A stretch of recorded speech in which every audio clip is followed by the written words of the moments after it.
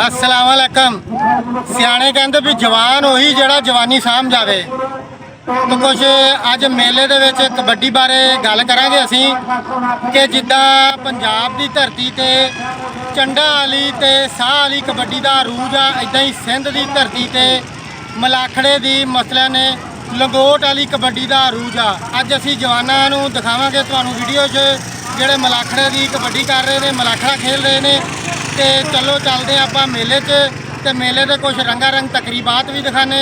अज तुहानूं मैदान 'च पहलवान दिखाने कि पहले वक्तां की गल आ कि दुध मक्खणां दे पले हुए पहलवान हुंदे सी, जवानी लड़दे सी ते नज़र आउंदी सी। अज दे दौर पहलवान इदां दे कि नसवार की चूंडी रखे बगैर मैदान च नहीं उतरते।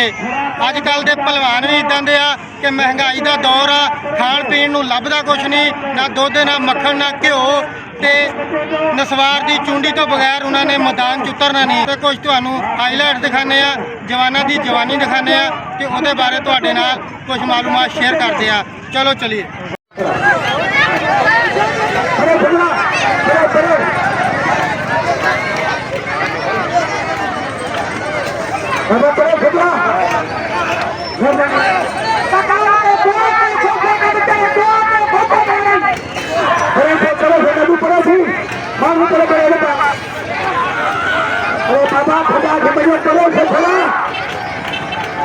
खुदा जी को पड़े छो वाह सिंहा बच्चे दे हमर पड़े बच्चे दे छोटे छोटे भाई दे हमर पड़े हमर पड़े तेरा तेरा हां वाह हम क्या खसा है बस बस खसा पर सेकंड दिए हमर पड़े के बारे में